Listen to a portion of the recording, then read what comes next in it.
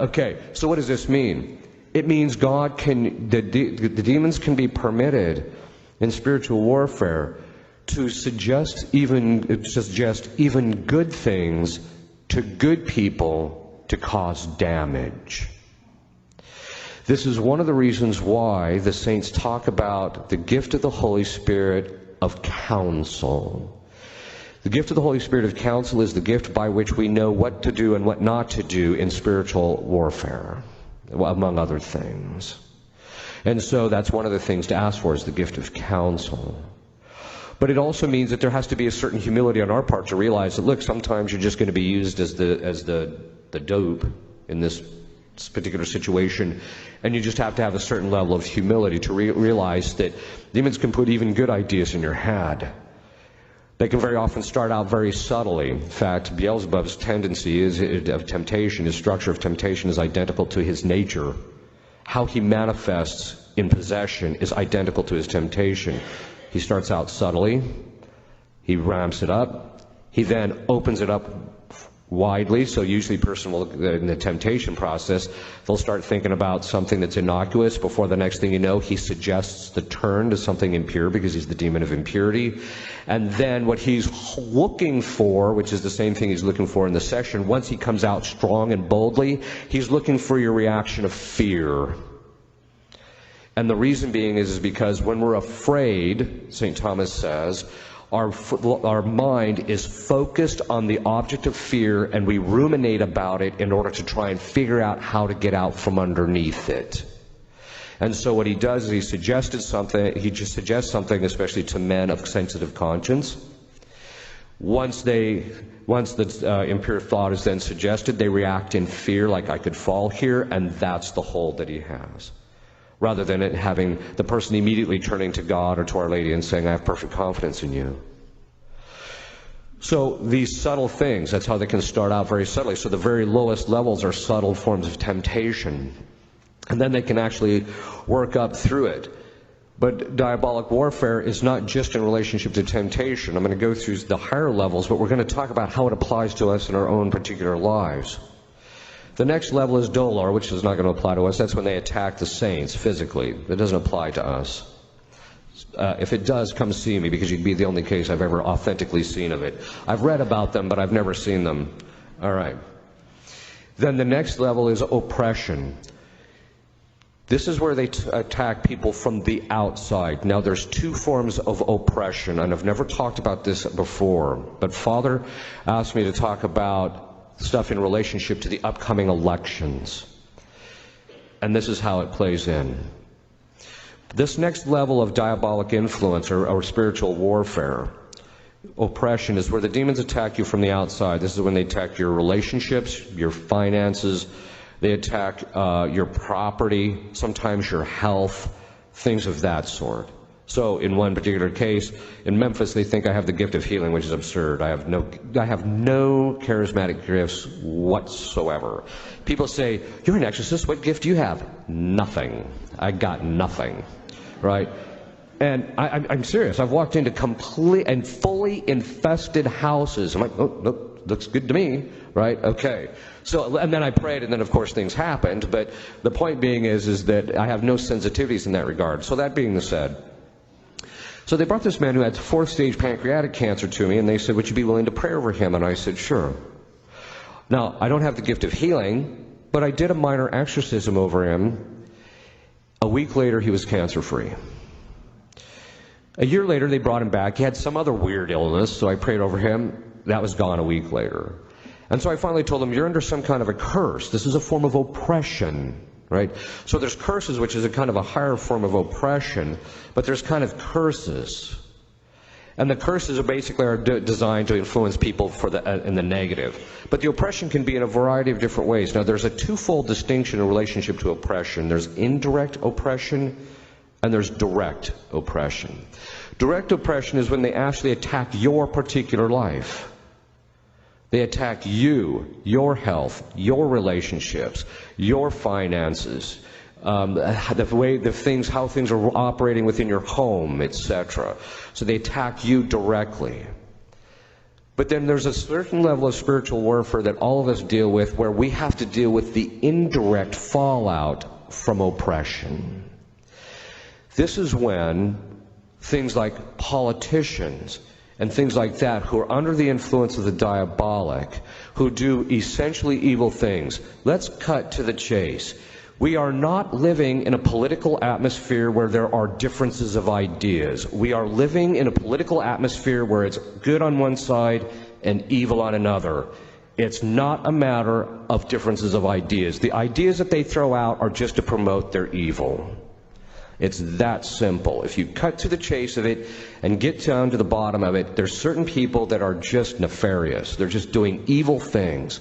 And how do you know this? Every single thing they do maximizes damage within the context of what they're able to do. This is the type of thing that actually ends up affecting us. It is not rocket science. In fact, it's stuff that you can actually read about right on the internet, that there are actual politicians, international politicians, and even some in this country who are actually involved in Satanism and witchcraft. It's not rocket science.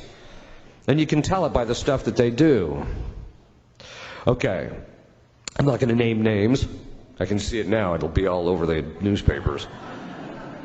But the point being is that we have to recognize that this indirect oppression that we suffer is when other people do evil things to get demons involved in culture, in society, in the church. It's not a rocket science to see that there's a fundamental problem with evil in the church right now. When you have bishops and cardinals coming out saying that it should be okay for two men to enter into some type of civil contract with each other, there is something fundamentally wrong and evil that's going on in the church. Okay.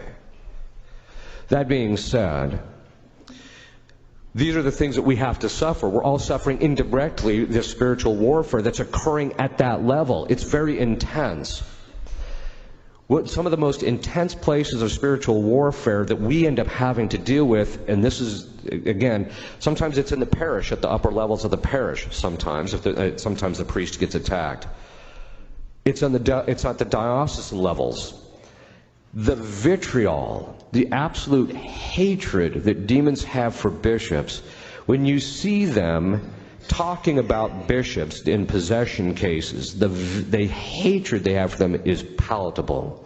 You can literally see the hatred they have for them.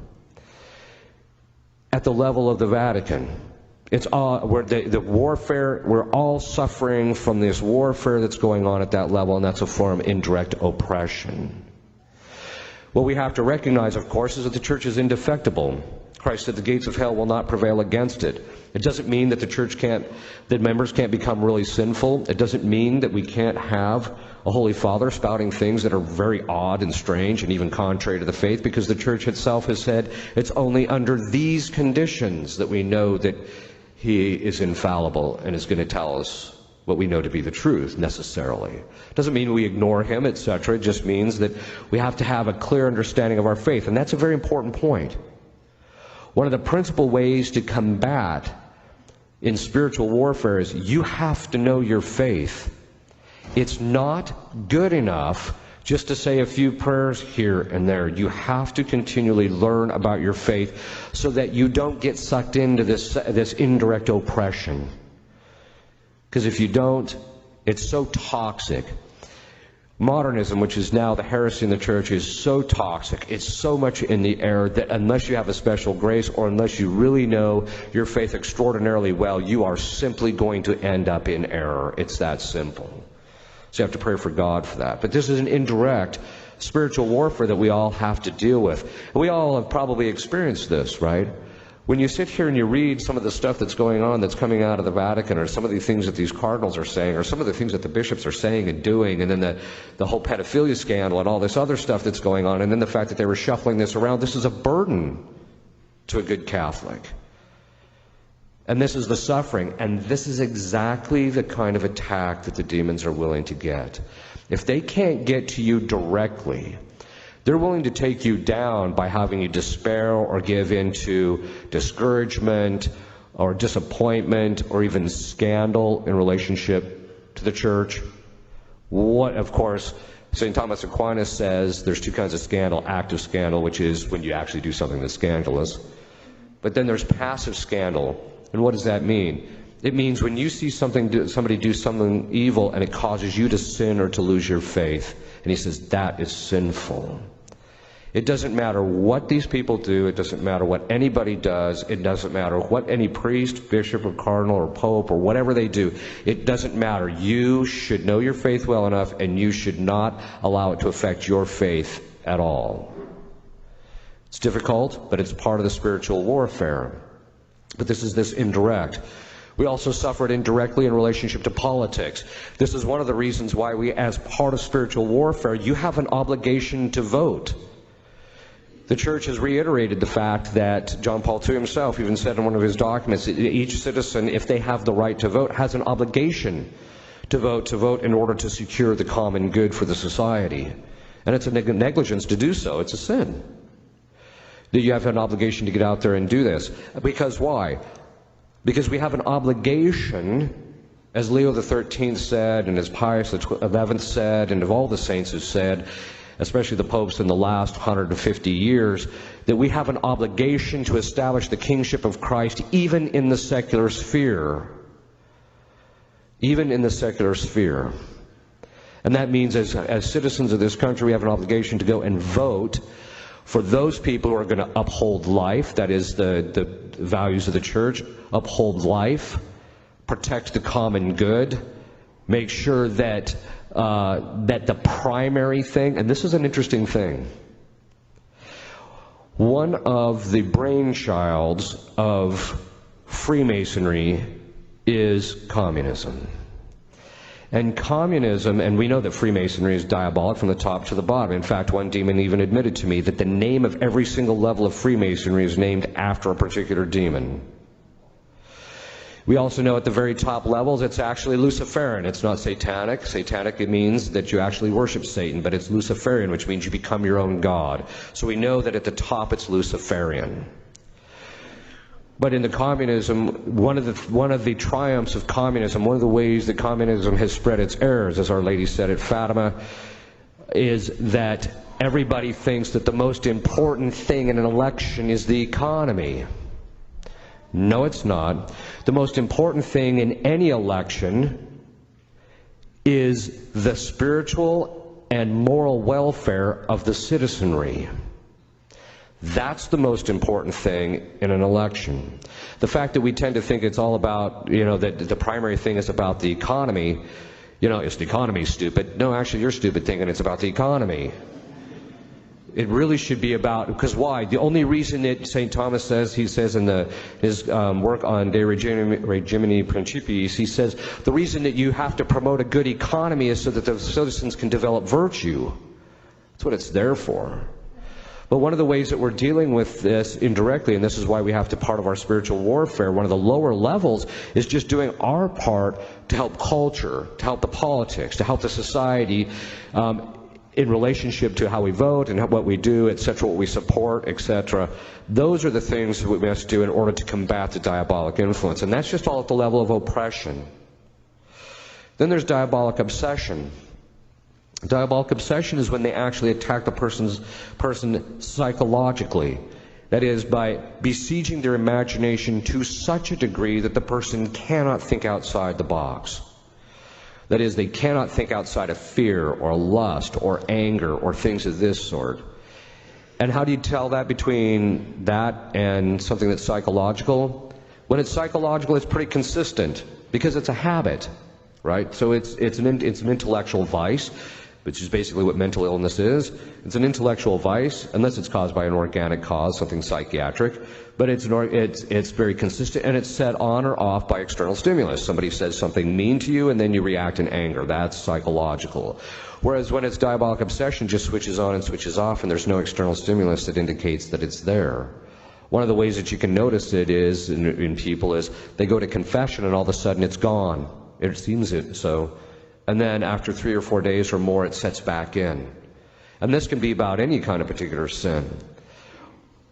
In relationship to that, so there's some people are allowed. Why does God allow them into their lives? Sometimes it is actually, as I mentioned, it's obviously because he wants them to become holier through the process.